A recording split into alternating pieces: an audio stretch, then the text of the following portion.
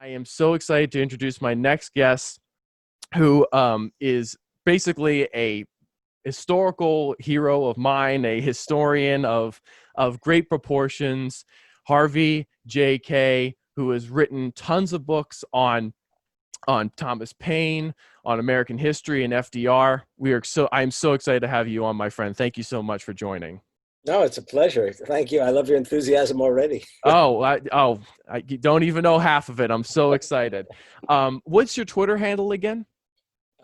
Harvey J Kaye. So it's Harvey, initial J Kaye. And we will put that in for the YouTube. I'll put the link in when I put this on YouTube. That's great. Great. Thanks. No problem. Great follow. Please do it if you have not yet. So, Harvey, I am so excited, or Professor K, whatever you want me to call you. Call me Harvey. Harvey. Okay, great. Excellent. Thank you. So, Harvey, we just got done with 2 weeks of probably the most boring convention I think I've ever seen in my life, the Democratic National Convention, and the Nuremberg rallies for the Republican National Convention. What is your assessment of both of them, and what do you think is the state of the race at this point? Okay, well, for a start, I could tell you that I didn't watch the Republican convention nights. I didn't watch them because I actually decided I wasn't going to, but I accidentally saw the first speech.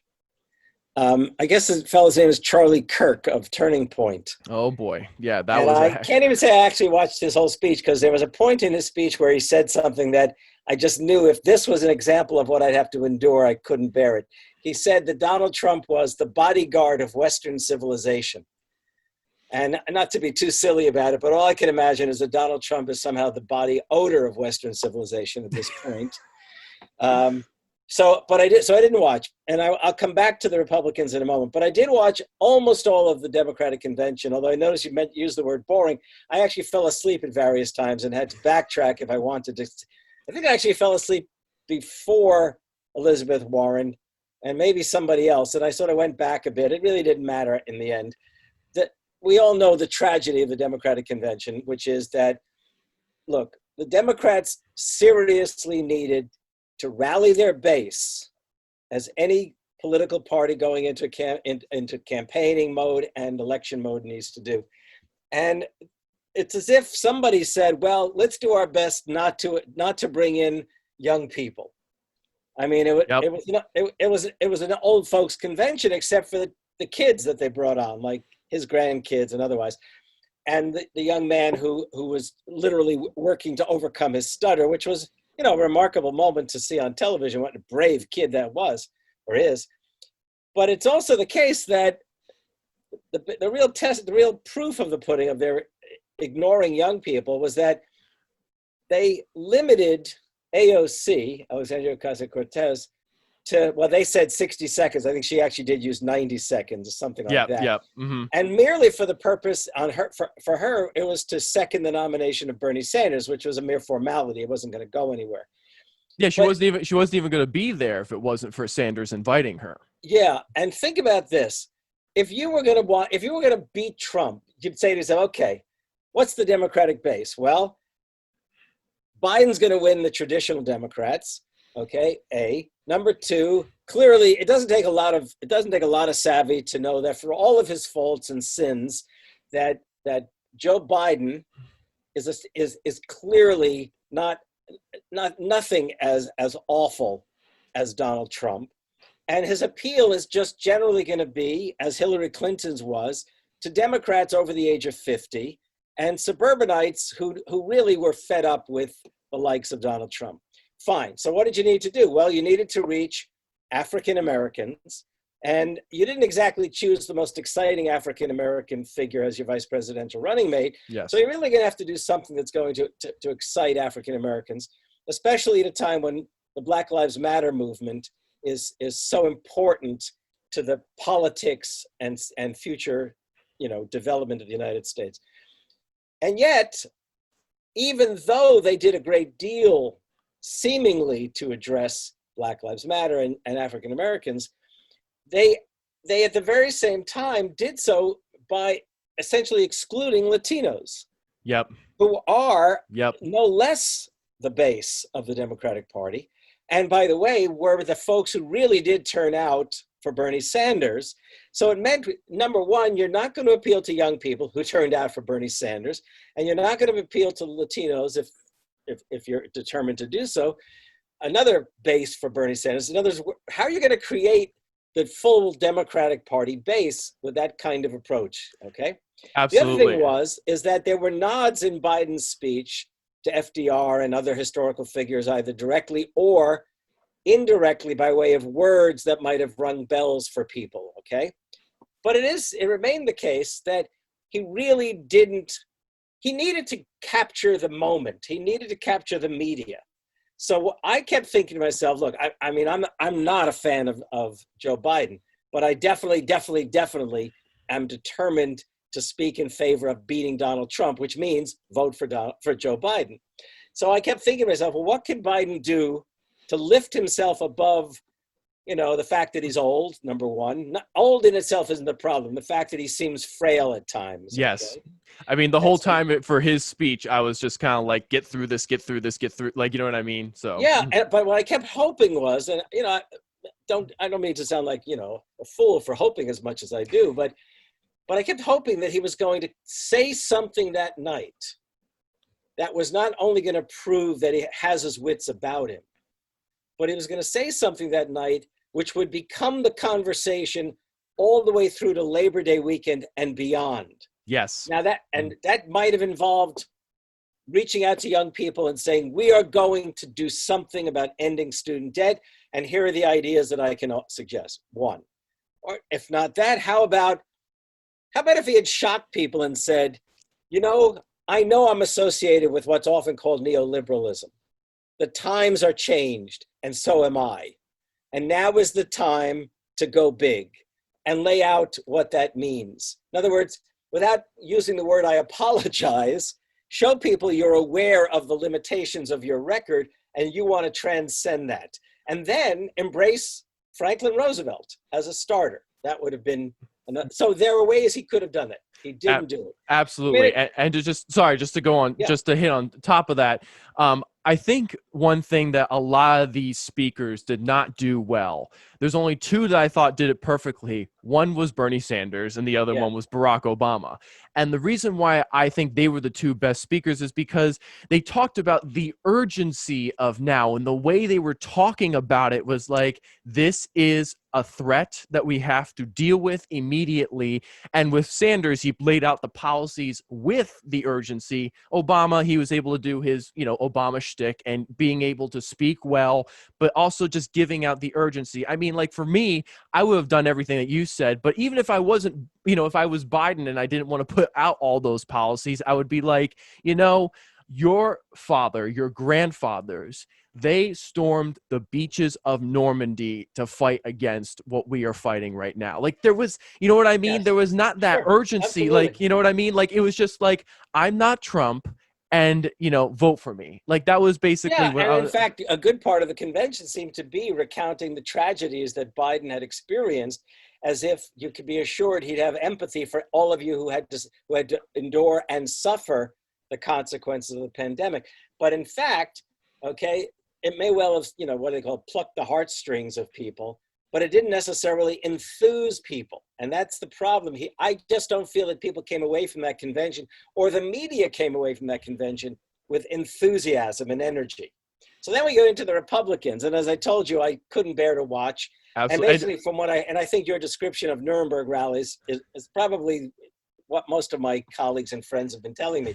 Absolutely. But the difference is, I just want to add in one more thing about the DNC is that the one thing I thought was different between the 2016 DNC and this DNC is that I didn't think they put as many establishment people as they did in 2016 to speak. They put a lot of them out there, but in 2016, I actually remember, because I was because it was in Philadelphia, so I actually went there and I volunteered.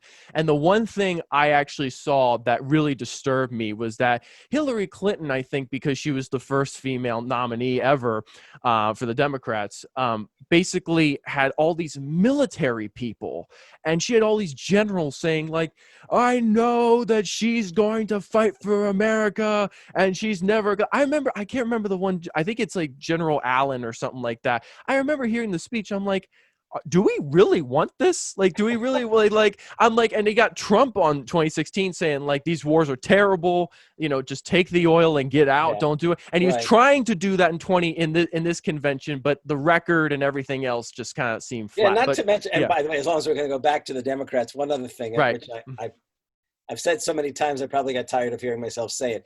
Why, if you're really trying to bring in the progressive wing of the party, and maybe they weren't, I mean, pretty apparently they weren't, would you have ever launched with the likes of Kasich on the one hand, Yeah. and then put Michael Bloomberg high up at the end, other than maybe he bought himself for $1 billion the number of minutes that he got at the end? No, I mean, it was really crazy enough, though, I actually think Bloomberg's speech was not as bad as I thought it was going to be. He actually cites Johnny Tremaine at the end of his speech, talking about like the blue. I mean, of course, it's all for me, BS. But I was kind of surprised by kind of like I don't know, there was a little bit of a revolutionary, spirit coming back a little bit, but I'm like, why is Mike Bloomberg the one talking about this, So yeah, no, look, I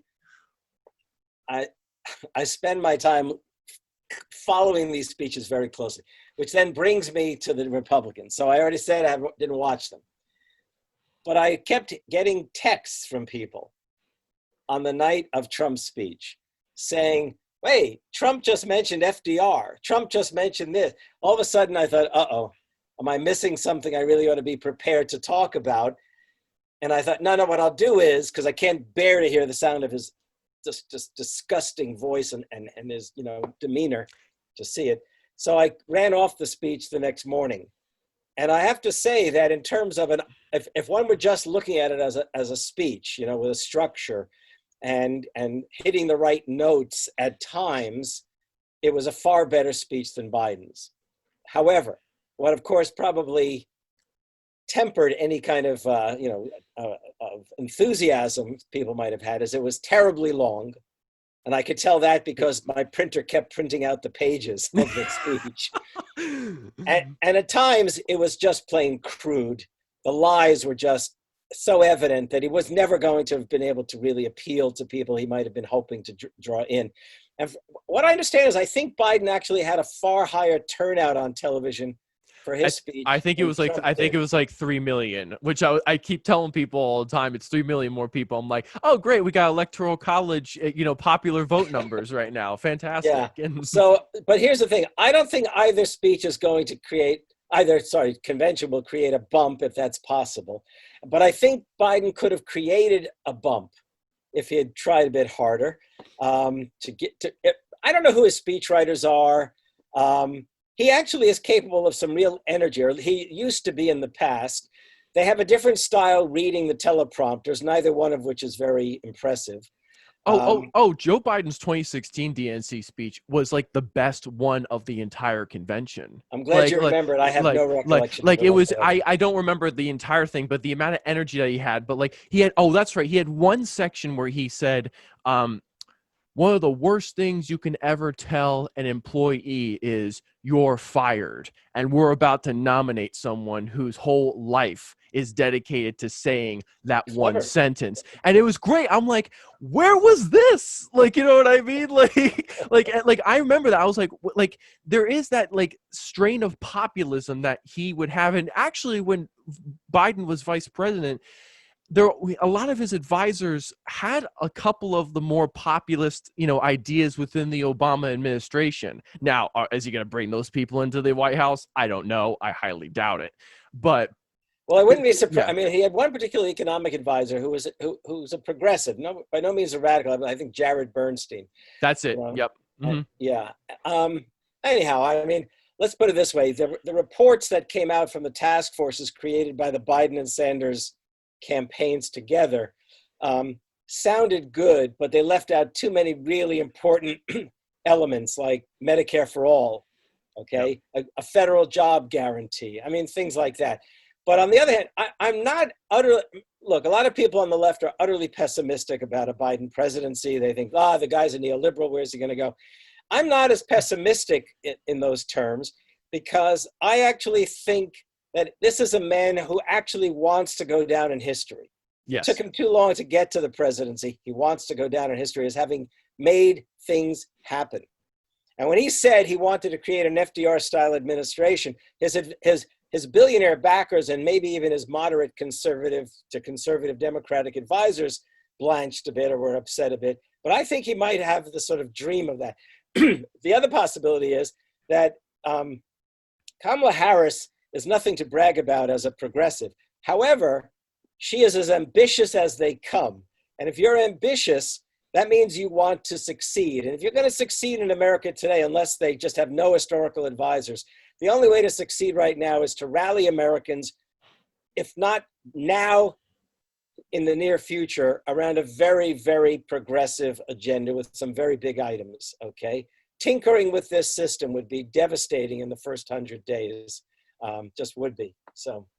I think that's a great way we can end that whole thing, because we got to keep going. But I think we both agree that both conventions, I mean, one is more than the other, but I have it's a footnote to all of that. If I actually believe right now that if the Democrats are serious, if Biden is serious, and hopefully the athletes who are on strike right now are serious, the athletes themselves who are union members will reach out to the Biden campaign and say, we're prepared to stand up alongside of you and call for Democratic victory, period. And make that the theme of Labor Day weekend. As much as they may be highly paid, if not overpaid, the fact is that they are union members, they have the public's attention, they are celebrities, and they could really do a tremendous good deed for American life if they did that. That I completely agree with, but I think Biden would rather have an endorsement by George W. Bush. So, I mean, am I wrong? I mean, No, he'll get that. Of course, the Republicans may be eager to take of the Bush sword, may actually be eyeing to take over the Democratic Party. Oh God, I can't even fathom that at this point. So I want to pivot and talk about your newest book, Take Hold of Our History, Make America Radical Again. Yeah. Fantastic. I mean, the title itself is just amazing. Thank you. But what was the motivation for you to write this book? Because mostly the entire thing is a collection of a lot of the essays that you've written previously. Speeches and essays. I actually hadn't thought about that as a project.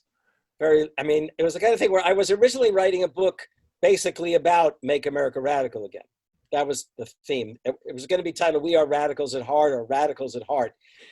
The problem was, and I'm going to confess this, so now I think there's another way I could go about doing it.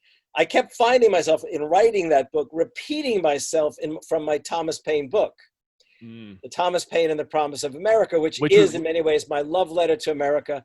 Which we will get to. Well, I'll just say that as you already know, that was a book that's life and labors of Thomas Paine, and then it retells the American story in terms of the legacy of Paine and the American radical tradition that he effectively launched through the revolution and beyond. So what happened is I actually was killing myself trying to write that, and I kept hearing myself echoing my earlier book. And a very dear friend of mine said, well, you should have written it anyhow. I said, no. And he goes, well, you're the most honest author I can imagine. So, but having said that, so I was doing a number of interviews, and I had become very close to the now late, he died much too young, Michael Brooks. Oh, yeah. I was just going to say, I wanted to dedicate the show to him in the very beginning because I forgot to mention that, because he's a big reason why I know so much of your work. So, I was doing a lot of show. Whenever I was in New York, Michael and I were on together on his show, and I did Majority Report. So what happened was, in many conversations, I was very impressed by him. And I said to him, are you writing anything? Are you writing a book? And he mentioned he was doing this book on the dark web, basically, okay? And I said, really, who are you writing it with? And he said, 0 books, which I only knew of a bit. But I said, wow, do you like the publisher, the editor, and so on? And he said, yeah, you ought to meet them. meet him in particular, a fellow named Doug Lane, who actually is, it's a British-owned press, but the publisher-editor is here in the United States out in Portland, Oregon. And he said he'd love to talk to you. So, and I can tell you the long story is that we came up with the idea of bringing together the speeches and essays as a book. I cut it back from what I originally threw at him once we agreed we'd do this. And so, but I can tell you that there was an argument, and there's an argument in the book. It's by no means just a slop together collection. What I wanted to do in the book, not Take Hold of Our History, Radicals at Heart, was something that I had gotten to in the Thomas Paine book. I had opened the book with Ronald Reagan as a shock to people, because Reagan was the first conservative in 200 years or so to not only quote Paine, but actually use his name in the speech when he was accepting the Republican nomination. And people were shocked. And I don't just mean people on the left like myself were shocked that he did it, but George Will, the national columnist, the foremost, most prominent conservative columnist, was shocked. How dare Ronald Reagan quote Thomas Paine and Franklin Roosevelt and not Edmund Burke, that kind of thing. Right, right. So I said, I had originally written something, this was a shock because conservatives had crapped all over Thomas Paine's memory for 200 years. And now all of a sudden their standard bearer was going to be quoted. And I said, he's the one who made us progressives at heart. And a friend of mine was here with his wife, Isaac Kramnik. Maybe you've heard of his name. He passed away last year. Scholar, he was a historian of political thought, and he had done quite a bit of work years ago on Thomas Paine. And his wife, who was also a professor, and Miriam Kramnik, said to me, Harvey, you're holding back here. What you really want to say in this first opening set of paragraphs is, the reason the conservatives didn't like him is that Thomas Paine made Americans radical, and we've been radical ever since. And I had used the word progressive, and she said, no, go with the word you're thinking of, okay? And she knew what was on my mind because I said it to her in conversation. So, and I kept, as I wrote the Thomas Paine book, and then went on to the FDR book, Fight for the Four Freedoms, what really struck me was the fact that at key moments in American history, I mean, the American radical tradition is by the way, unprecedented in world history. We have the most remarkable revolutionary and radical tradition imaginable. And I'm willing to stand firm on that as perhaps even the grounds upon which a leftist could argue for American exceptionalism. But more importantly, this is the key thing for this point, is that in the 1770s, the 1860s, and the 1930s and 40s, however much we may underestimate those moments, those were mortal crises in American life. Okay, all of not just American history, but world history hung in the balance in many ways as to what Americans would do in response, in the first case, to the British imperial rule. 1. 2, in the case of the Confederacy and the threat to the Union and the future of the American promise. And 3, the worst economic and social catastrophe in American and perhaps in world history of the 1930s, the Great Depression. So what's interesting is that in spite of how many people tell us Americans are fundamentally conservative, it is the case that when push came to shove, we were able to transcend the crisis, prevail over the crisis, and the enemies, that is those who most threatened America's possibilities, we did so as a people by acting in a most radical, if not at times revolutionary way. So in the 1770s, and this is the Thomas Paine point, basically, Americans actually found their way for all of the things they left out, for all of the faults and failings and sins of omission. They created a truly unprecedented democratic republic. And that's imperative to remember, okay? Absolutely. Then in the 1860s, Lincoln himself said it best in December of 1862. He said, my fellow citizens, we know what we must do. The whole world knows what we must do. They know that we know. In other words, it's staring us in the face. Right. What we must do is we must bring an end to slavery. And he says it very clearly that this is not merely for the slaves themselves, it's for our sakes. Because Lincoln understood, in spite of our failing to appreciate that he did understand it, he understood that color of skin was not a fundamental dividing line amongst humanity. Yeah, Okay? that actually reminds me a lot of a scene in the movie Lincoln where he's sitting down with Alexander Stephens, the vice president of the Confederacy, for a peace conference. And Alexander Stephens basically says to him, like, what kind of freedoms are we going to gain by freeing these slaves? And Lincoln basically responds to him saying, we might discover freedoms that we might never even have imagined by freeing a certain group of people. We ourselves might actually gain more freedoms from that. And that, like you talked about, that is revolutionary in itself in the 1860s, you know? Or if you want to think about it in negative freedom terms, it's the fact that what would have prevented the Southern leadership, the ruling class of the South, the white supremacist South? Okay, what would have prevented the white supremacist South for declaring, and I say this because I know this will affect you in particular, what would have kept them from declaring that we're now going to enslave Southern Europeans who come into this country?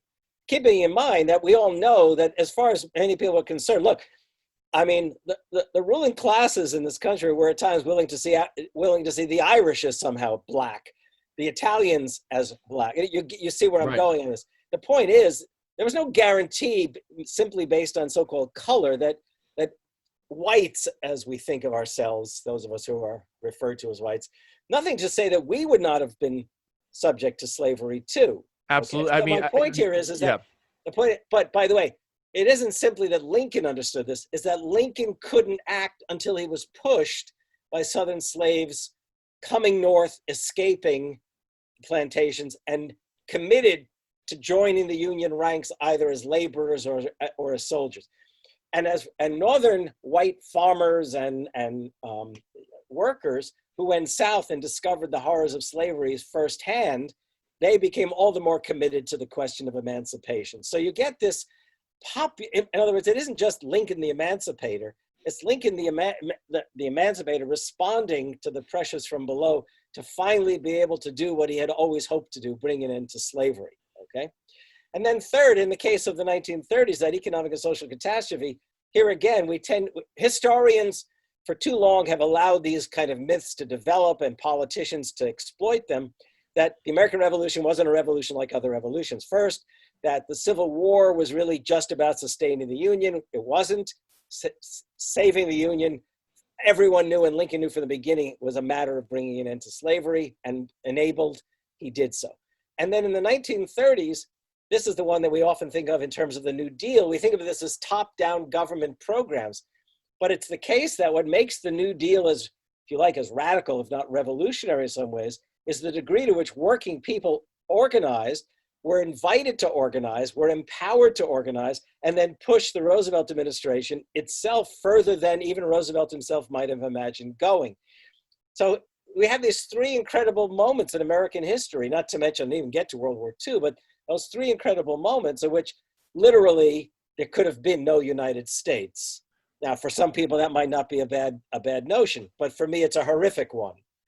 And as a consequence, what made America survive, what made America greater, screw the Trumpian version. What made America America? What made America, and yet to be fully that America, is the fact that Americans had it in themselves, whether they had ever realized it or not, to go radical. So the idea was, I wanted to remind Americans, we were, even before the pandemic, we were in a crisis that was reminiscent to me of the 1770s, the 1860s, and the 1930s, when you consider that for 45 years, we've endured this class war from above that has driven us in many ways to inequalities clearly reminiscent of the late 19th century, and in which conservatives and neoliberals have literally pushed an agenda favoring what Bernie called the billionaire class, but really was an attack on workers' rights, women's rights, and the rights of people of color, most especially African Americans, literally a war against the legacy of my parents' generation, your grandparents' generation from the 30s, the 40s, and the 1960s. Literally an effort to undo those democratic achievements. We were already in a crisis. Absolutely. And just to put the cherry on top of this point, then I want to get to Thomas Paine. you write in your Four Freedoms book, and I think, but you put the cherry on top too in this book as well, is that what made the greatest generation is not that they just fought in World War II, but that they fought back against those oppressive, the oppressive measures from the 20s and the 30s, and then electing Roosevelt and starting to organize. So I think that's the part of the greatest generation we do not talk about enough, So. Right. Well, as I open that book, you'll maybe remember is we need to remember. We need to remember what conservatives don't want us to remember and what liberals themselves have all too often forgotten. Absolutely, which we will get to at the very end of this, because Okay. I really want to talk about the legacy of the American Revolution in today. So to just start off with the Thomas Paine book, because this is truly a magnificent piece of work, please buy this and the other book about the radical history of the United States.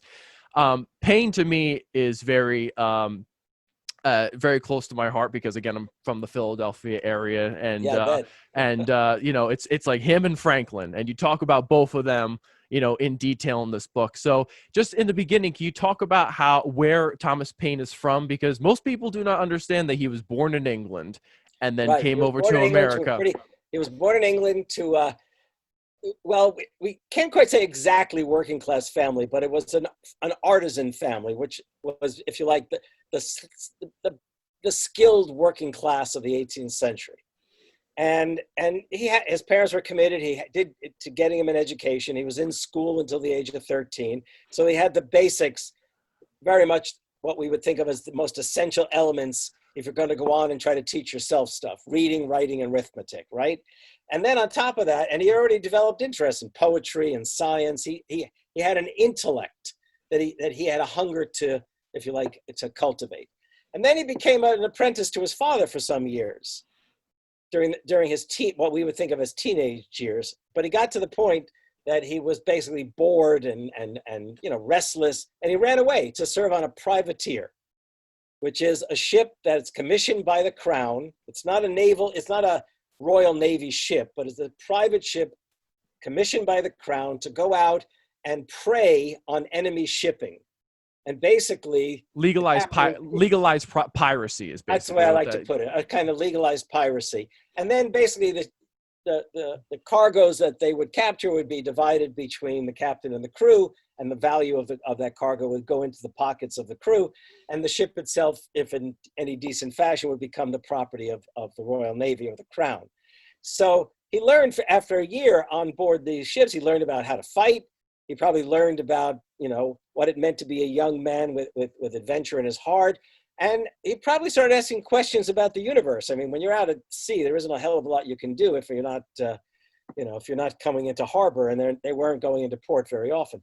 And then he comes back and he spends another year in London doing exactly what he always wanted to do. He's involved in a process of self-education, which was characteristic of the artisan class, who were basically unable to go to school for many years, were unable to go to college as we would think of it.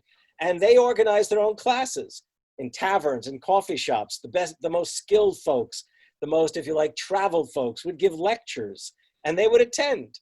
And there was a fundamental idea that informed all of that, and it had to do with what they called natural philosophy, which was the idea of science and also a kind of deism, a kind of belief in God, but not a belief in a trinity, not a belief in the sort of in the formal sense of organized religion.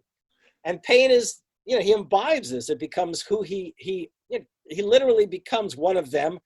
But after a year, he's out of money.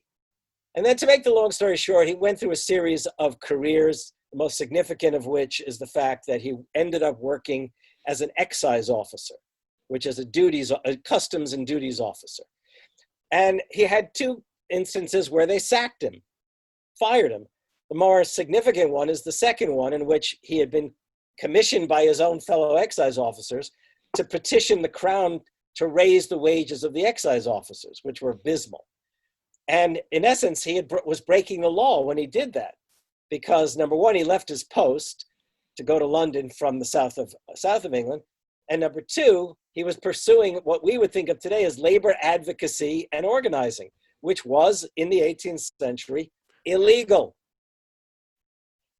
Fortunately for Paine and the rest of us, either the first time and decidedly quite likely the second time, he became friends, not merely acquainted with, but rather friendly with Benjamin Franklin, who was residing in London as a kind of American representative.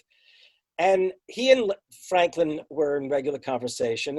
And Franklin was already recruiting people to go help fight in the rebellion back in the colonies.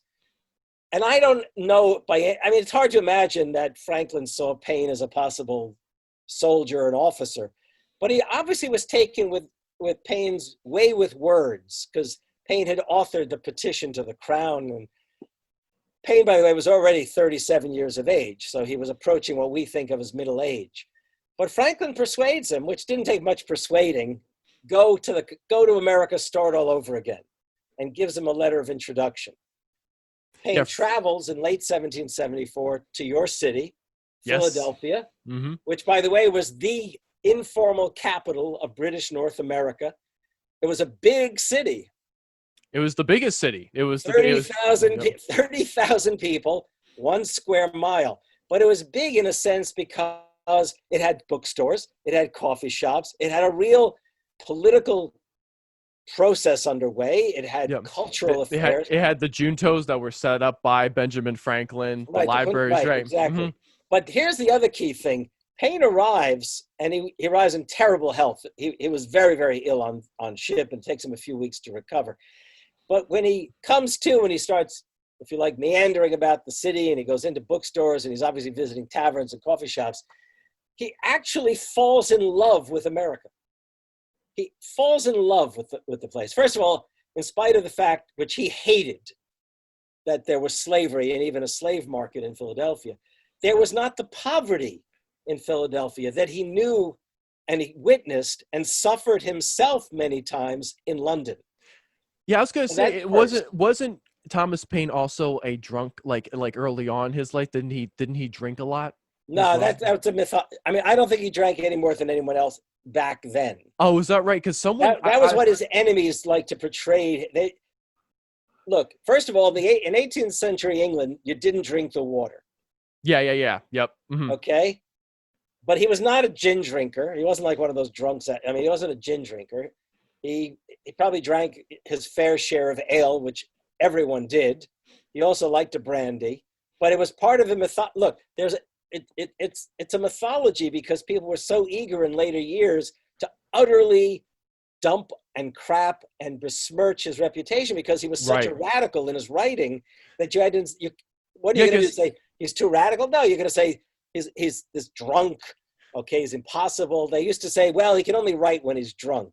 That's amazing because in like one of my history classes, there was a historian, but one of my major history teachers that said that Thomas Paine was a drunkard and that he actually beat his wife so badly that he who was pregnant and then she died because he beat him so much. Yeah, I just want to know what you think about that. Look, we're not on radio or a podcast. That's bullshit. That is okay. That is exactly the kind of lies that were spread by conservatives against him.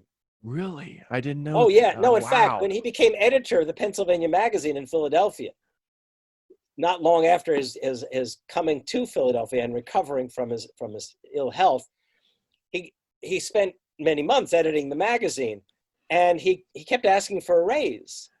And the two people who owned the magazine, I'm forgetting, it was Robert, I just blanked on his name. It doesn't matter. You're fine. Yeah. Okay. And Winthrop, who I believe was the president of what was then called the College of New Jersey, now called Princeton University. These two guys who were, Winthrop was a Presbyterian. Okay. They didn't like Paine's radicalism at first. And they didn't, they had serious reservations about this guy. And then on top of that, he was asking for a raise. So Winthrop was spreading bad things about him. It was just this thing that conservatives always sought to do. By the way, I believe if I've got my name right, Winthrop also mentored James Madison, to his credit, just for the record. Okay. And I think he also worked with Aaron Burr as well, because Aaron Burr's father was also working at the College in New Jersey, which is now Princeton. So. Yes. Yeah. Mm-hmm.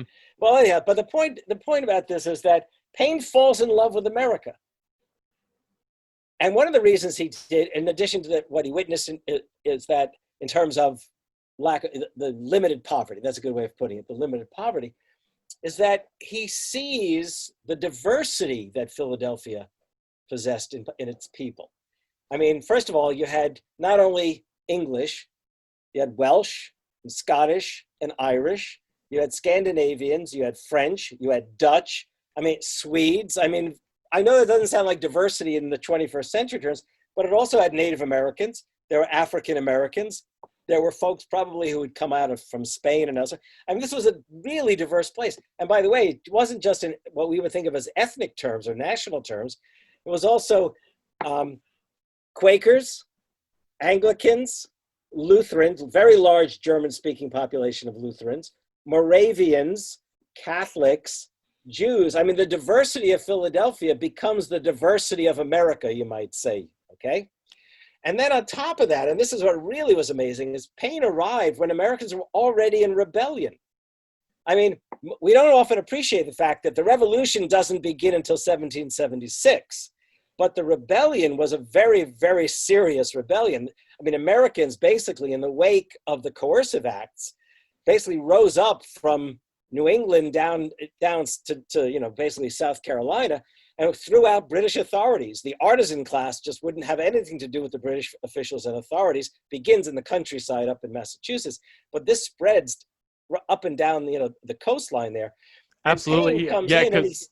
I was just gonna say, yeah. Last week we were just talking to an author about Joseph Warren, and he was a huge radical in the Boston area. He was actually creating spy rings 10 years before like any shots were being fired in like the 1760s. Yeah. So that you were like the fermentation of the rebellion was really starting up. Here's a couple of things. First, we need to remember that as far as these British Americans were concerned, and they weren't even all, is that they were really proud to be British. Okay. In fact, even the ones who weren't British were proud to be British, because as bad as Britain might have been, if you were a working class man or woman, the fact is that it was far better than to be French or Spanish or German. Okay? Up until 1776, they were the Continental Congress was putting out peace negotiations to Britain. They were putting out the olive branch. George Washington, even in battle in 1775, when he took the army up into New England, he and his officers toasted the king at dinners. But this is the other thing. This is really crucial. What's interesting is, even in the spring of 1775, the rebellion is massive. But nobody talked about independence. They didn't. Except one person recognized the revolutionary possibilities in 1775 before anyone else. And it's not Paine. It's Edmund Burke, the conservative back in England. And I didn't realize this when I wrote my Thomas Paine book, but I've really come to appreciate it. I now think I really think it's an amazing notion. Edmund Burke, who everyone calls a friend of the rebellion and all that, he didn't like the rebellion. What it is he gave a speech in Parliament in March of 1775 to try to persuade his fellow MPs not to take overbearing action against the American rebellion, because he feared that if they did, the Americans might realize that they already had staged a revolution. It's a great speech. Burke, it's even amazing that Americans who would have read Burke didn't make sense of it. Burke, because it was a published speech that appeared in America during the course of that year. So back in London, he says to them, Americans literally have created a government of their own. And by the way, it's from the bottom up that they've done it. I mean, they've created committees to regulate their lives. I mean, it's an anarchist dream what takes place in America at that time. But Burke is afraid of it because he actually says, if we go too far, the Americans might realize the revolution they've pretty much accomplished. And it isn't just that we'll lose the colonies. He's got a bigger fear. It'll set an example. We'll lose the British political and social order that we cherish. There will be a revolution throughout the civilized world. The unraveling of the British system. Yep. Yeah. Now, Paine comes to America and sees this, and he comes to realize that Americans do have it in their power, as he says in the appendix to common sense. They have it in their power to start the world over again. And when he writes Common Sense, really what he's doing, this is going to be posted on YouTube, right? So people can see. Yeah. In fact, if anyone's watching, they can see it. It's as if he took Common Sense. I have a couple of copies, editions of it here. Okay, so here's an edition that I put it forward to. And he writes this pamphlet. This is probably about the size of it. And in its pages, he's holding up a mirror to Americans. He's saying, look at what you've done. You've literally created this kind of democratic republic. He doesn't use the word democracy, but you've literally created this. In fact, he talks about, without even using the word democracy, before he ever mentions the word independence. In fact, he later would write, if it was just a question of independence, it wouldn't have been worth it. What made it worth it is to create a new form of politics, a new government, a government that literally would represent the starting place of a new world, you might say. And you argue in your book that, Common Sense not only is Paine's best work, but it's probably one of the greatest works in human history. And I would totally agree with that. There's a great quote by John Adams about Thomas Paine, and it's because I think of Common Sense, like you talk about before, is, John Adams is kind of like a moderate, somewhat conservative person in the revolution. But he writes, I think, maybe it's on I think it may be on Payne's gravestone. I'm not 100% sure, but it says, it's John Adams saying to, I think, Washington, that without the pen... Hold on, I'm going to correct you. I have to correct you. Please correct me, yes. I'm going to correct you because if you think the American Revolution is so important, you got to get this straight. It wasn't John Adams who said it. Oh, really? Okay. That it's giving Adams more credit than he would ever deserve. Adams hated the fact that Paine created the revolution. He actually writes to Jefferson in their many letters afterward. He hated Jefferson too, probably, but he said that people are going to imagine that it's all Paine's doing, right? Or it's all Washington's doing. Because Adams had this terrible inferiority complex of this ego, and he wanted people to realize that he played this important role in the revolution. No, it was Barlow. Barlow. Oh my! His first name might have been Joseph. Yeah. I think it's Joseph. I think you're right. And the quote goes, I'll leave it to you to say it. Without the pen of Thomas Paine, the sword of Washington would have been raised in vain. Wielded in vain. Oh, wielded in vain. Got it. Yeah. Right. So, because Adams, his remark about Paine, which is really great, is that it was in 1805, I believe, or 1803, and he's in correspondence with I don't know if he was the president of the University of Pennsylvania at the time, whatever the title was of the school at the time, or it's at least a leading figure in basically medical education.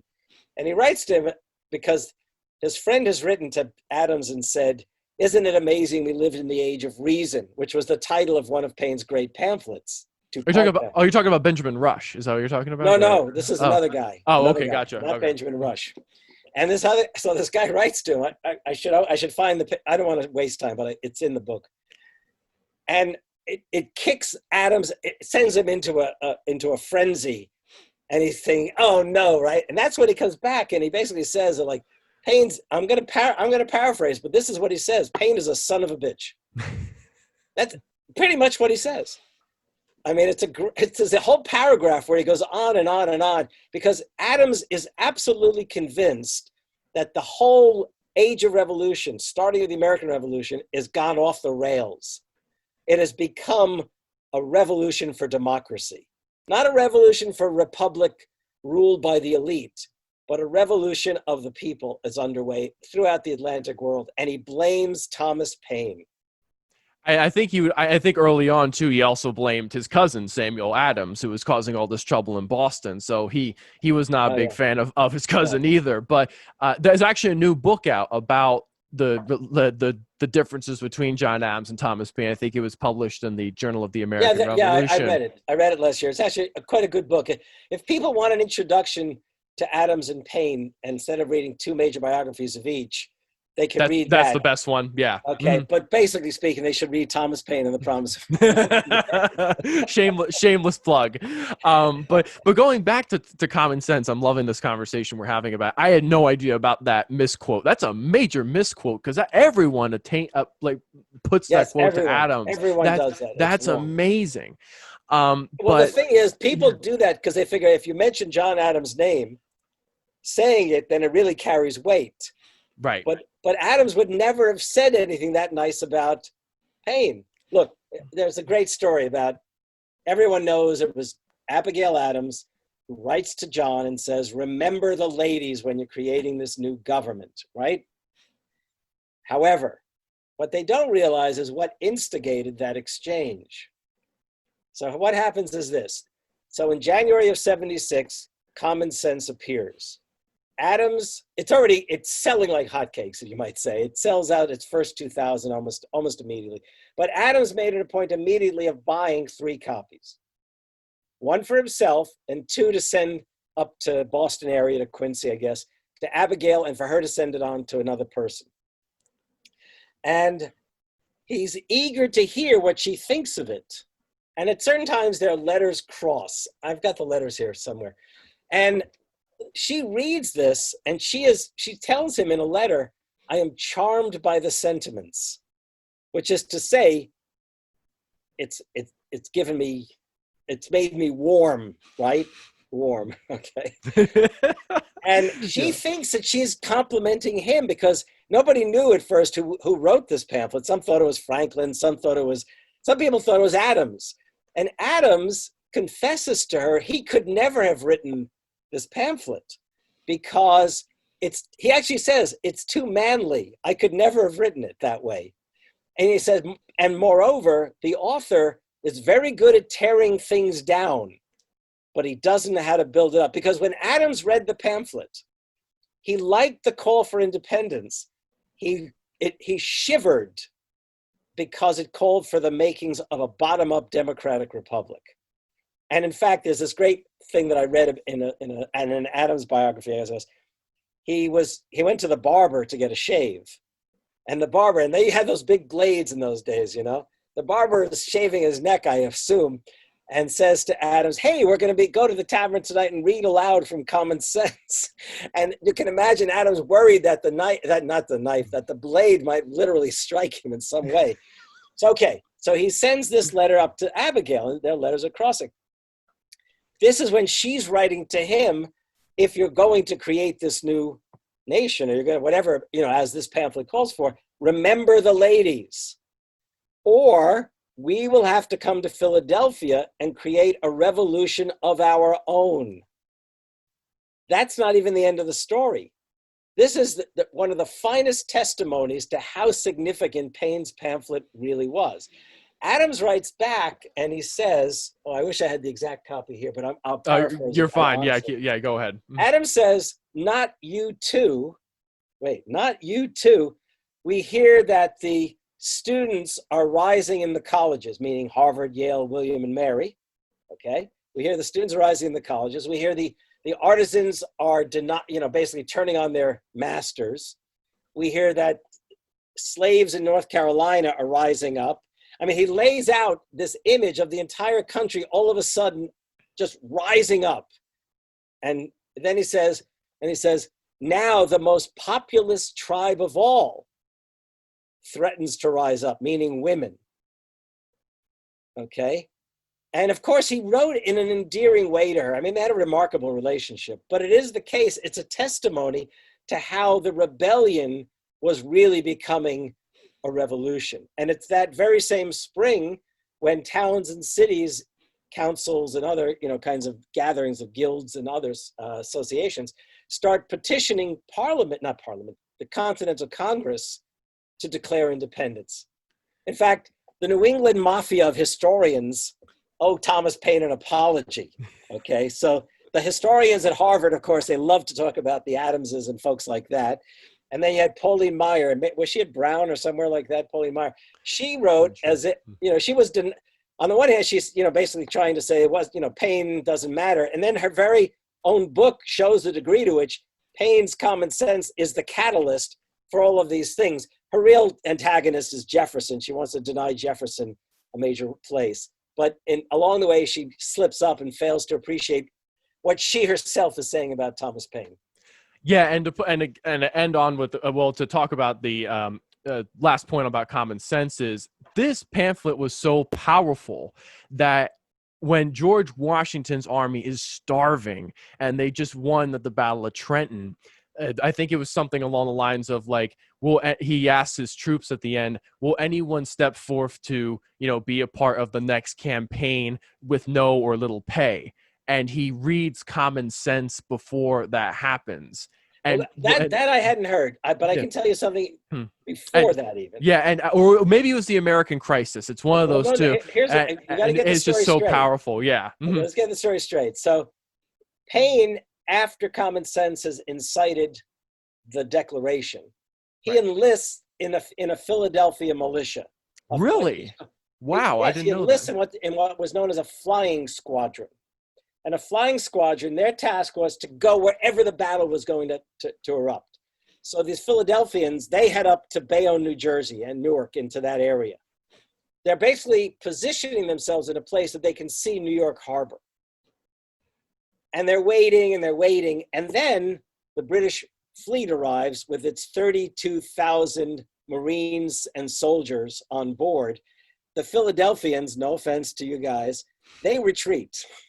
They go back to Philadelphia. Philadelphia militia was not known for its great fighting. Yeah. Paine goes up to Fort Lee, New Jersey, across basically from Washington Heights in New York. Washington Heights is better known now because that's where Lin-Manuel Miranda of Hamilton fame is. Which, by the way, I'll never forgive him for writing Hamilton and not Paine. But I have to tell you, when interviewed by the New York Times Book Review, Miranda said, they asked him, what book should every American read? And he said, he says, Common Sense. Thomas Paine's Common Sense. That redeemed him a bit, you might say, to me. Well, you have to pitch the idea of a Paine play to him. Maybe he'll do it. And there's 1,000 other founders you could probably get to that point. But by the way, there was a theater company in Philadelphia, in New York City. That's right. The one man play, right? Is that what you're going to talk about? Yeah, I was the historical advisor to that play. Just so you know. And what's it called again? The whole play? Well, there are two plays that I advised. One was in Philadelphia. One was in San Francisco. The one in Philadelphia, it was the. I think it's called Iron something horse theater, the Black Horse, or something like that. I'm blanking all of a sudden. I think it's the Iron Horse. And their performances were fabulous. If they bring it up again, it really, really was fabulous. So Paine is now in Fort Lee with Nathaniel Greene, one of Washington's finest generals, and he and Greene hit it off. They become friends instantly, in part because they're both the sons of Quakers. But also, Greene makes him basically his adjutant, his right-hand guy.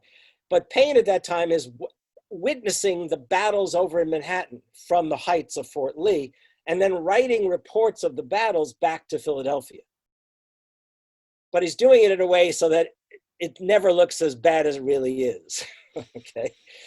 And Washington eventually crosses. They're getting their asses kicked over in New York. He crosses over, comes to Fort Lee with what remains of his army, unites with Greene, meets Thomas Paine. This is a really historic moment. Washington meets Paine. And by the way, we're putting up a monument to Paine in Fort Lee, New Jersey. It will go up. It will go up. I wanted to talk to you at the end about how many memorials are there of Paine at the end. Yeah. And we'll get to that. But then the retreat across New Jersey begins. And Washington knows that his army's all but finished, and they're in retreat. And somewhere around Newark, it seems, as they head south, maybe Elizabeth, New Jersey, apparently they're in a tent, and Washington says to Paine, it's time for you to pick up your pen again, or your quill, whatever it was. And Paine takes that as a brilliant command, and he begins to write on a drumhead. And speaking of monuments, there's a beautiful rendition of that as a monument in Morristown, New Jersey. If you ever get up to Morristown. Yeah, that's one of the places I want to visit. Yep. Go to the big park, just outside the downtown. Beautiful statue of Payne there. Okay, so they're coming south. Washington actually writes to a relative, says, because he knows the British Army is coming after them. And he basically says, if I suffer one more blow like that, meaning like he suffered in north of Manhattan, it's all over.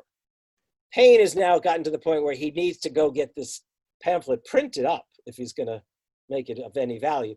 And he requests permission from Greene and Washington to leave the army and go to Philadelphia. Washington and Greene cross north of Philadelphia. They're on the Delaware, the west side of the Delaware now. Payne gets the pamphlet finished, gets it printed, and it is taken in boxes to Washington's army. Washington reads it and is just blown away and orders that his officers read this to his men before they board the boat to recross the Delaware to fight the Battle of Trenton. Now, this is a critical moment because, and I never thought of it, and then there's a historian whose name I'm blanking on, and I apologize to him, who really did a close look at that Battle of Trenton. And the question that I always kept wondering about, but never bothered to look into it the way he did, is how did the boats go back across? Where did they come from, these boats? If in fact the army's all but devastated, why would the boatmen even show up? And according to this historian, who's really famous American revolutionary historian, I'm really sorry I'm blanking on his name, he said they too read the pamphlet and it gave them the warmth in midwinter to collect the army. Because this is the pamphlet that opens with maybe, other than say the line that opens, the lines of the Declaration or whatever else, perhaps the most important line in American history. These are the times that try men's souls. It's a great paragraph. So it's the first of the American Crisis Papers. There you go. That's excellent. And I just want to get a couple points on about Payne's life as well. He also is one of the main, I guess, co-authors of the Pennsylvania Constitution, or advises it, if I'm correct. The early the truly democratic Constitution. Right. And people need to read that because that is a constitution that talks about wealth inequality. That's one that talks about, land appropriations, and it's truly one of the more radical constitutions. Yeah, it was universal manhood suffrage. Yes, without property, Except I believe they may have left, I'm not sure in the end if they left, one group they thought of leaving out. And that one group was public employees. Why was that? Do you know? Well, they were afraid that public employees might want to vote for their own raises.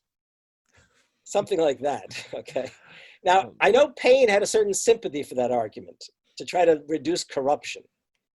But in any case, if I'm not mistaken, the Pennsylvania Constitution, the first one, and the Vermont Constitutions were the two most radical of the original constitutions. However, it should not be forgotten, Vermont was not one of the 13 colonies. Right, exactly. He was being led by Ethan Allen, who's very similar to Payne in a lot of ways in terms of how they view religion. They were both deists, both militant deists. I actually read a biography on Ethan Allen that talked about how he wrote a book called Reason or something along those lines. I tried to read it. It's not. If I recall, it's not terribly exciting. But it's not. It didn't sell well at all. It was a huge bust. But the biographer says something along the lines that Payne was influenced by this, and he even goes, I think, as far as to say he actually plagiarized parts of Allen's piece to when he writes his Age of Reason. I'm like, he doesn't write the Age of Reason. He doesn't write Age of Reason until the 1790s.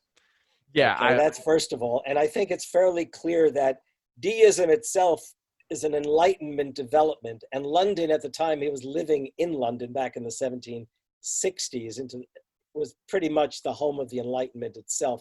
Most people have come to appreciate the Enlightenment did not begin in Paris, it began in London. And Payne himself was very much shaped by that. I'm not taking anything away from Ethan Allen, and I love Vermont. But by the way, I love asking my students, because I talk about Payne and the Revolution. And I know as Wisconsinites, but I think this would be true even of Pennsylvanians, if you asked freshmen in college to name the 13 colonies, they run into a problem because they can come down the eastern, and they don't know what to do. Was Maine a colony or not? Yeah, yeah. Well, wasn't Right. Vermont one of the colonies? And so all of a sudden they've got 15 instead of 13. They got the 1790 map, not the 1776 map. Right. But Well, Maine comes in later, right? yeah, Maine comes exactly. in later. Maine comes in. 1819, isn't it? Maine comes in the 1820 compromise because Missouri. I think it's like well, that was the Missouri Compromise. yeah, right? Missouri. Yeah, that's right. The Missouri Compromise. That it balances out for the addition of Missouri. So getting back to Paine. Paine then The go. mnemonic device Oh, go is ahead. to remember Eminem. Eminem, yeah, exactly. That's Maine, Missouri. There you go. But to get back to Paine, after he goes and he fights a little bit in the Revolution and helps with the Constitution and everything, he goes back to England. Correct?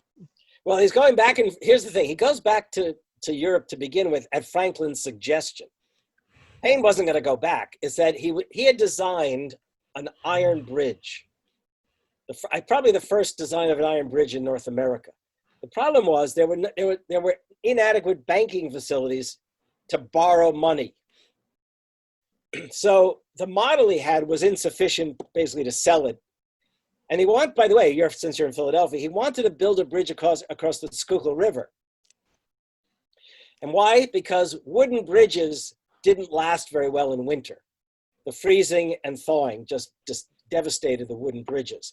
And everyone who knows the geography of the East Coast knows that if you're going to try to get from Boston to Philadelphia, or from Philadelphia, say, to Charleston, you're not going to go by road. You're going to go by boat, because there are so many rivers to cross, and you didn't have a guarantee that you'd get across because the bridges were inadequate, the ferries weren't running, whatever it might be. So Paine thought, how are we going to unite this new nation? The Iron Bridge. So Franklin said to him, go back to London. Go to London and Paris. You'll get big scientific endorsements from academies, and you'll be able to raise money in those places. So when he goes back, he's working on this Iron Bridge project. And there's already a movement afoot in Britain for small d democracy, because, more American men could vote in the colonies for their assembly representatives than could British men vote in England or Scotland, for that matter, any of these places, for representatives to Parliament because of property qualifications and inequality. So there's already a movement, partly inspired by the American Revolution in England. Paine is going back and forth, Paris and London, and he's back in London when the Bastille is brought down, and it's basically beginning of the French Revolution. Paine goes back to Paris pretty much at Lafayette's invitation. And in fact, Lafayette hands him the key to the Bastille and says, when you get back to America, this is my gift. This is our gift to Washington. Because Lafayette knew, even if he wasn't an ardent revolutionary, he knew that the French Revolution was in many ways standing on the inspiration of the American Revolution, because so many French troops had been over here during the Revolution as part of the alliance, and who had come back to France and had the American spirit, common sense already in their minds, you might say. And he became a fervent revolutionary in France. And actually, I think he was arrested at one point, wasn't he, in France? Paine. Yeah, Paine. Yeah, Paine. Yeah, yes. so he goes back to London, by the way, after all this. But in London, he's deeply involved in efforts to literally create a more democratic England. It's evident that he's aligned himself with working class and middle class people for democracy in England. He writes the pamphlet Rights of Man, which is a defense of the French Revolution against Edmund Burke's attack in Reflections on the Revolution. And this is pretty much a call for the end of monarchy. And it doesn't take long before the British government seeks to arrest him. And as the story goes, it was at a party one evening that William Blake, the poet, tells Paine he has just heard they're coming for Paine. Paine rushes to the seacoast as quickly as he can by coach, and then grabs the quickest boat he can get to Calais. When he gets off the boat in Calais, he's astonished to find out the whole place has turned out to greet him as like a big party and festival, because he's been honored by the National Assembly of France with the title honorary citizen, and he's elected to be a representative to the National Assembly. Now, in the course of the unfolding French Revolution, there is that moment in the revolution, because he has opposed the execution of the king. Paine opposed capital punishment. And the Jacobins under Robespierre, they want to take off the head of the king and do away with his family. But Paine had said no. In the assembly, he said, no, absolutely not. What we need to do is send the king and his family to America to be re-educated. Well, they got pissed with him. They throw him in prison. While he's there, he's almost executed. And sometime I could tell the story. I don't want to keep everyone right here. But, you're fine. I just have two more questions. Actually, quick question for you, if you're fine with that. They should read my book. They'll learn about how he doesn't get executed. Definitely. That's just a teaser for the people who want to actually go and check out the book. But there's two last questions I have for you. The first is, during the primary, Andrew Yang cited Thomas Paine for his UBI plan. He said Thomas Paine is the father of universal basic income, but you say he's the father of Social Security. Which one is it, and what was the plan that he kind of laid out? Okay, this question came up a number of times when I was on TV and on radio and stuff. And as I've said, I can see that Yang wants to root UBI in Thomas Paine. And I love that fact, because it's further proof of my argument that in every generation, folks who are fighting for radical change or reform or liberal change, they reach back to the revolution and they rediscover Paine. Okay, so I welcomed Yang's efforts, but Paine wrote a pamphlet entitled Agrarian Justice around 1796, and he lays out a plan to fight poverty, to combat poverty. He's outraged, Paine, that some British bishop had said, quoting Jesus, the poor will always be with us. And Paine said, absolutely not. Poverty is a consequence of civilization, and thus we can act upon it. So he says, look, God created the earth for all to share, okay? Which means that if some people have more of the earth than others, they owe us. They owe us, call it a tax, call it a payment, whatever, or rent, it doesn't matter. The monies that they pay should go into a treasury. That treasury should be used for two purposes. First, every young person on reaching the age of maturity, and he was a feminist, Paine, this is true for boys and girls, men and women, should receive a payment, a stake, S-T-A-K-E, that they can use to go into business, to buy land themselves, to get more education. It's up to them how they want to use it. That's the way we combat poverty among the young. The other part of the treasury should go to pay everyone at a senior age to liberate them from the troubles and the labors that they've done all their lives. And they should have essentially old age pension, Social Security. But moreover, Paine said, this is not a charity. Everyone must accept the payment when they are young. Everyone must accept the payment when they go into retirement.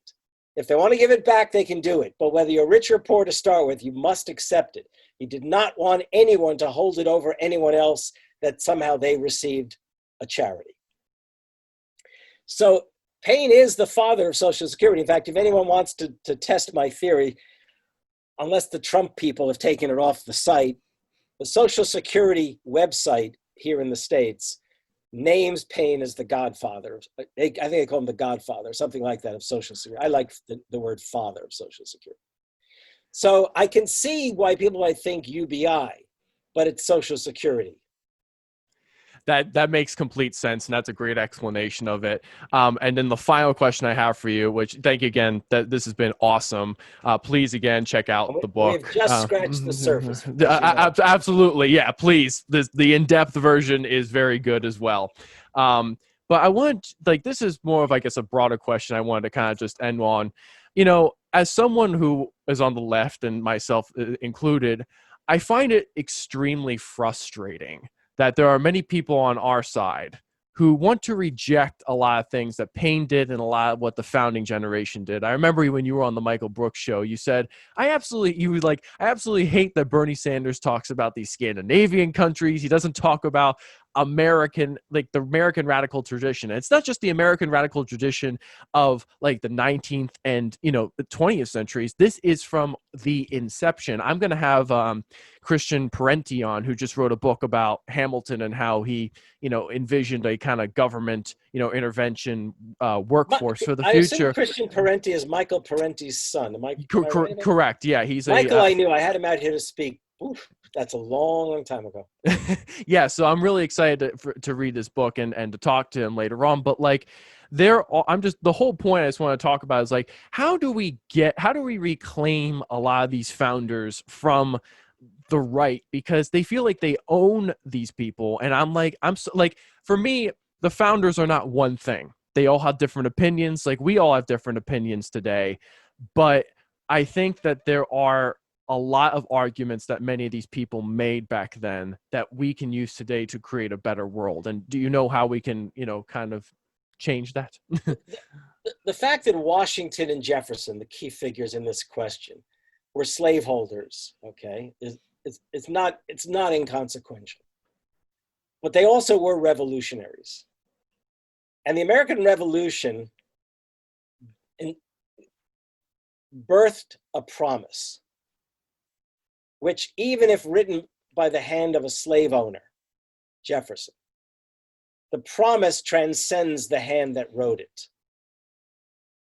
Okay, Frederick Douglass. I want more time because I think this is important. No, absolutely. I wanted to end on this because I think this is a big point. Frederick Douglass was the man who basically self-emancipated slave, who becomes one of the greatest orators of the 19th century and clearly the best orator of the abolitionist tradition.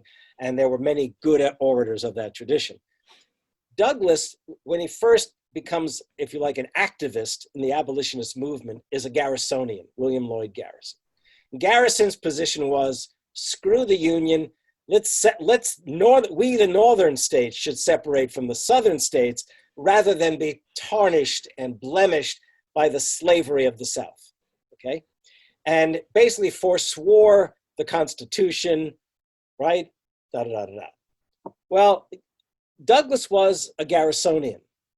And then he learned how to read the founding documents in a new way.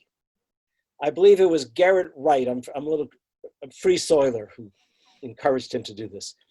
And everyone should read What to the Slave is the 4th of July, which is his speech or sermon of the July 4th, 1852, though I think it was delivered on the 5th of July, just for what it's worth. And in this, he reviews the state of America and its origins, and he is lambasting the slavery that marks American life and what it does to people and the humanity and so on.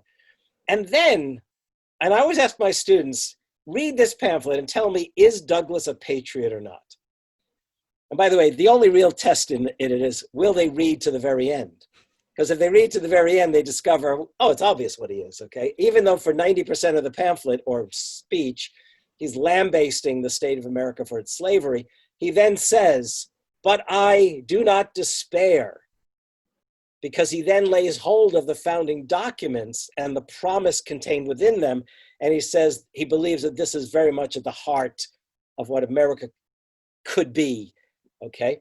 So if Douglass can lay his hands on the likes of Washington and Jefferson, why is it that liberals and leftists today can't figure out a way to say, in quick order, they not only had their faults, they not only failed to understand humanity in its richest form, but it is the case that they left us a legacy that we can use not only to criticize them, but which later generations in every generation harnessed to literally fight for freedom, equality, and democracy. Moreover, and for what it's worth, just to show you how important this is, the very first folks who embraced the Declaration of Independence, truly embraced it, were African Americans in the northern states petitioning for their freedom. They saw it. By the way, now to back off of that, let's go to Payne in particular. Payne never owned slaves. His very first major political statement as an editor of the Pennsylvania magazine, though he didn't publish it in the magazine, he published it in another periodical, was his attack on African slavery in America. Okay, so he is, if you like, one of the early abolitionists of the late 18th century. But here's the thing, that if we look at this generation, yeah, these men were slaveholders, but they left a legacy. But we can go even deeper, as so many did. We can lay hold of Thomas Paine and redeem the revolution. Now, the tragedy is that capital D Democrats and people further to the left, they want to run from the revolution, because they think, well, geez, if I even mention the likes of Washington or Jefferson, I'll be attacked as, soft on slavery. I mean, well, that's paranoia to begin with. Okay, that's me. Like, I don't run away from them, but that's the kind of attacks I've gotten from my life. But how about this? Maybe screw Washington and Jefferson. Go straight to Payne, right? The promise of America is launched by Thomas Paine. We have it in our power to begin the world over again. So to go back to your early statement, as I tell people on the left, it's the American Revolution and Thomas Paine's pen which is expressing what he's seeing in American life.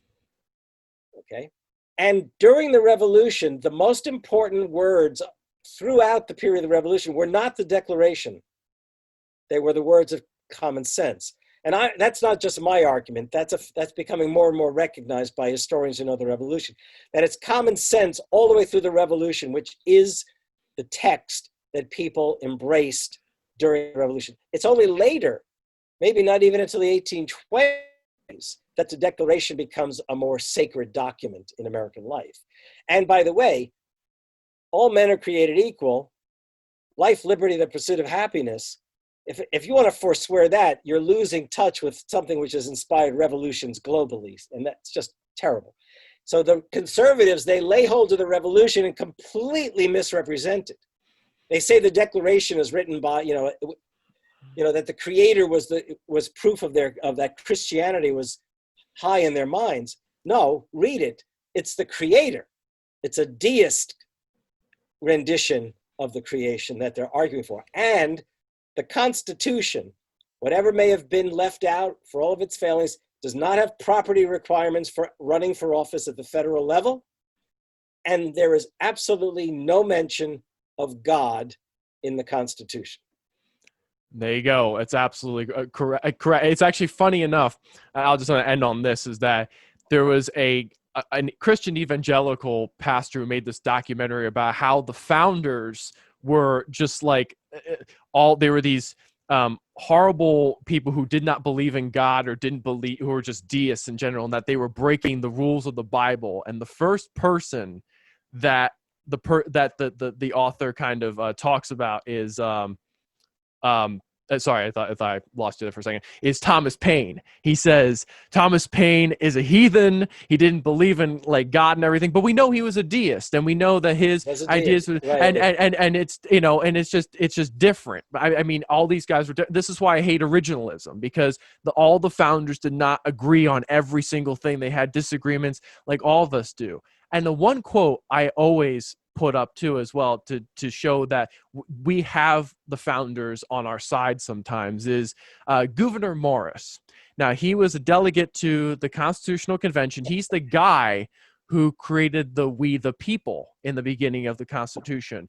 When they were debating one section, I can't remember, maybe it was property requirements for running for office, he stands up and he says something that, and I know this is the quote because I'm not going to misquote this one, is he says, "We need to make a government that makes it so that the wealthy and powerful are restricted, because they will try to enslave all of us at the end if we do not grant the power of the government to regulate them." Okay, now, this is in the Constitutional Convention. Stephen, I'm going to throw a challenge at you for after this. Mm-hmm. You have to find me that statement, because I don't believe it.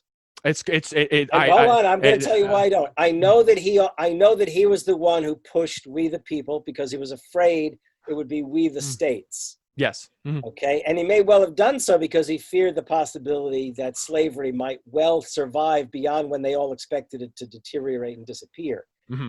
But you should also know that if it had been up to Gouverneur Morris, Payne would have been executed during the French Revolution. Oh, is that right? Oh, that's right, because he was the ambassador, Yes, right? he was Yeah. the American ambassador who refused to work to get Payne released. Look, he was an elitist. That's why I don't believe the words you just cited. I guarantee you that I will give it to you right after this is over. It's probably in Madison's notes, but you have to find it for me. It isn't. I believe it's in Madison's notes, and I believe he did say he's a very interesting person. Not to say, I'm just saying use stuff like that when you're arguing for this kind of stuff as well. Yeah. Even though I know you probably aren't a fan. You like him because you're trying to lay claim to it because he was split his time between Philadelphia and New York. I understand. Yeah, we'll go with that. But overall, I am so happy to have this conversation with you. Would love to have you back. And, yeah, guarantee that was fun. Absolutely. Thank you so much again. And we'll see you guys next week on Thursday to talk about the fever of 1721 with Stephen Koss. And I'm so happy he's going to be coming back for that. So thank you all. Take care.